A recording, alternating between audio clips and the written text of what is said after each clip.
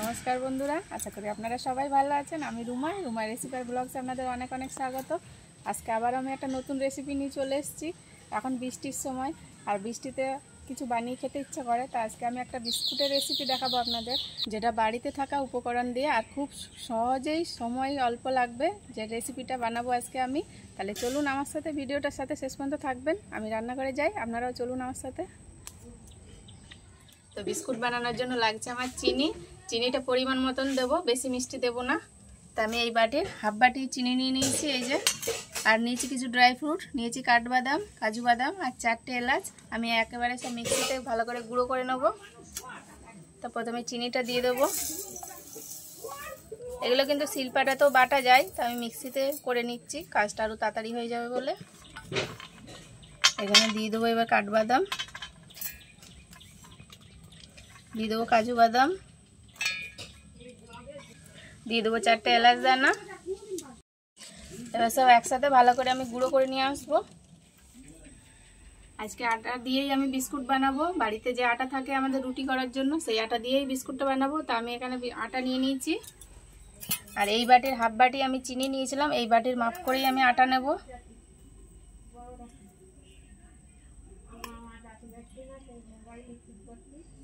এই বাটির মাপ করে আমি 2 বাটি আটা নিয়ে নেব বিস্কুট বানানোর জন্য।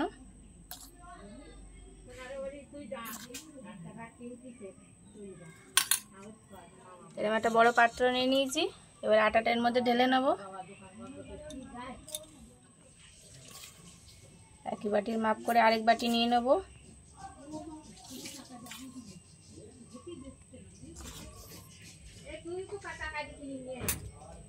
নিয়ে নেব এবার, এই যে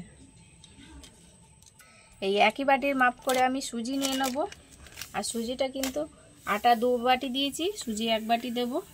মানে যতটা আটা তার হাফ সুজি দিতে হবে। এই যে 1 বাটি নিয়ে নিয়েছি, দিয়ে দেব। আর আমি নিয়েছি সাদা তিল, এই যে এটা কিন্তু আমার বাড়ির তৈরি, তা দিয়ে দেব। দিয়ে দেবো অল্প পরিমাণে নুন, এই যে।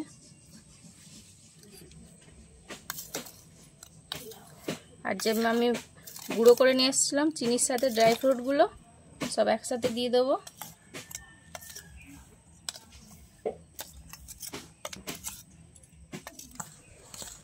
ভালো করে আমি সব উপকরণগুলো একসাথে ভালো করে মিশিয়ে নেব।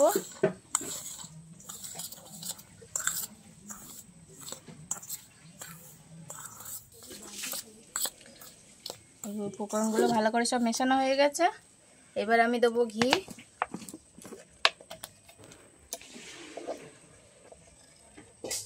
ঘিটা একটু বেশি পরিমাণে দিতে হবে, এই যে। এবার হাত দিয়ে ভালো করে আমি মিশিয়ে নেব। মানে ময়নটা ভালো করে আমি দেব। যত ভালো করে দেবেন তত বিস্কুটগুলো ভালো খাস্তা হবে, মুচমুচে হবে। এরকম করে মিশিয়ে নিতে হবে।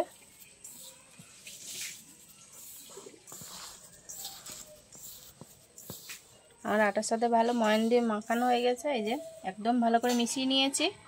এই দেখুন, দেখেই বোঝা যাচ্ছে কতটা ময়নটা রেডি হয়েছে আমার, এই যে এই দেখুন। এবার আমি নর্মাল জল দিয়ে মেখে নেব। আর জলটা কিন্তু অল্প অল্প করে দিতে হবে। অল্প অল্প করে জল দিয়ে মেখে নেব। এই যে প্রথমে অল্প করে জল দেবো।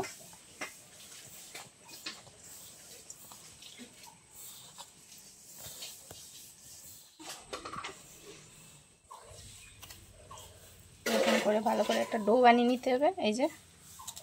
তবে আমি আরেকটু জল দেবো, আর অল্প একটু জল লাগবে।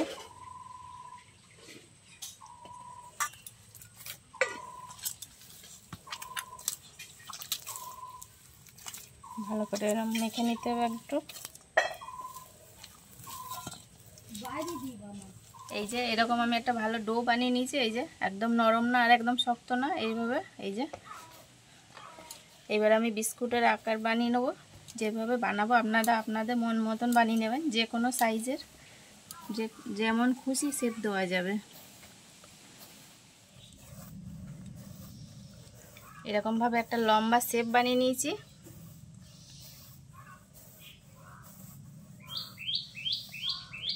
এরকম পুরোটা গোল করে বানিয়ে নিয়েছি, এই যে এরকম করে। এবার আমি এটা একটা সাইজ করে মানে আকৃতি করে কেটে নেব।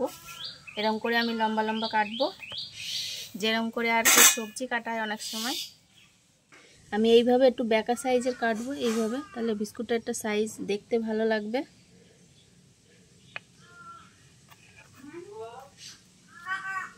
এইভাবে এই যে এইভাবে আমি একটু হালকা হালকা করে কেটে নিচ্ছি। এই যে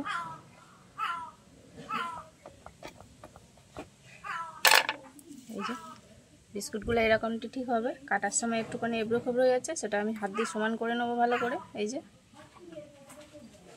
এরকম করে রেখে দেবো।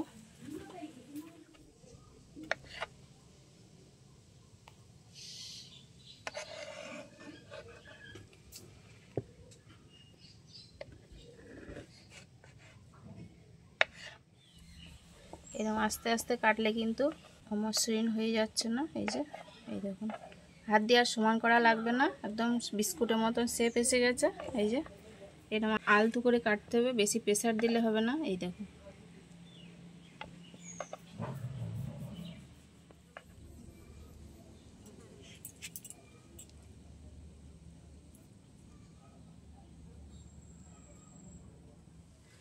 বিস্কুটগুলো আমি শেপ দিয়ে কেটে নিয়েছি। এই যে কত সুন্দর দেখাচ্ছে।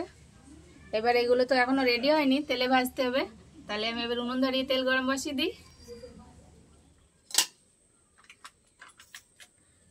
কড়া গরম হয়ে গেছে, দিয়ে দেবো আমি তেল। আর আজকে তেলটা একটু বেশি পরিমাণে দিতে হবে, তাহলে বিস্কুটগুলো ভালো খাস্তা ভাজা হবে।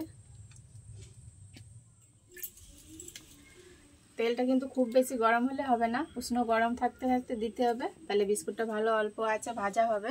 আমি দিয়ে দেবো। এই দেখুন তেলটা অল্প গরম হয়েছে, এই দেখুন বিস্গুন্টি হচ্ছে, তার মানে খুব বেশি গরম হয়নি। আমি এইভাবে আস্তে আস্তে দিয়ে দেবো সব।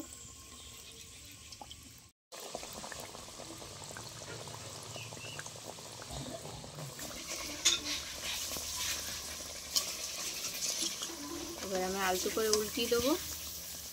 এই দেখুন এক পিঠ কি সুন্দর কালার এসে গেছে।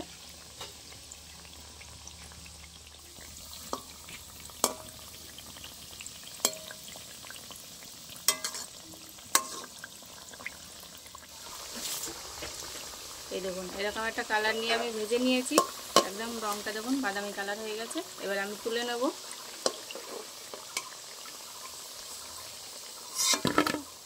এইগুলো হয়ে গেছে বলে আমি পাশ দিয়ে আবার কটা দিয়ে দিয়েছি।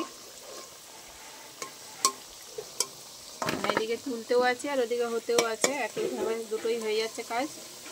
এই দেখুন কি সুন্দর দেখাচ্ছে।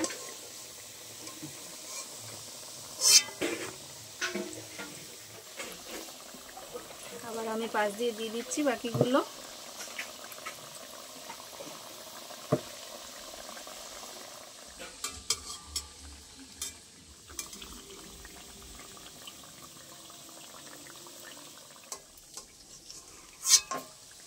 আমার সব বিস্কুটগুলো ভাজা হয়ে গেছে। এই দেখুন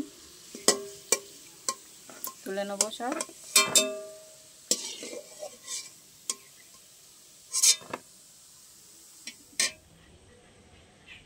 আমার বিস্কুট একদম রেডি হয়ে গেছে। এই দেখুন একদম কত সুন্দর খাস্তা হয়েছে, আপনাদের আমি ভেঙে দেখাবো। এই দেখুন এই যে কত সুন্দর দেখতে হয়েছে। বাড়ির বিস্কুট বলে এর স্বাদই আলাদা হবে, যে কোনো জিনিস বাড়িতে বানালে এর স্বাদই আলাদা। এই দেখুন আমরা কিনে তো খাই সব সময়, কিন্তু বাড়িতে বানালে এই যে কতটা মুচমুচে আর কতটা খাস্তা হয়েছে। এই দেখুন প্লেটে আওয়াজেই আপনারা বুঝতে পারছেন কতটা খাস্তা হয়েছে। এই দেখুন, তো এইরকম বিস্কুট আপনারাও বাড়িতে সহজেই বানিয়ে নিতে পারবেন। চা বসিয়ে দিয়ে কিন্তু এই বিস্কুট তৈরি হয়ে যাবে একদম অল্প উপকরণে অল্প সময়। তা আপনারাও বানিয়ে খেয়ে দেখবেন, যদি ভালো লাগে অবশ্যই আমাকে কমেন্টে জানাবেন কেমন হয়েছে। দেখা হচ্ছে আবার কোনো নতুন ভিডিওর সাথে, তত সময় ভালো থাকবেন, সুস্থ থাকবেন। টাটা।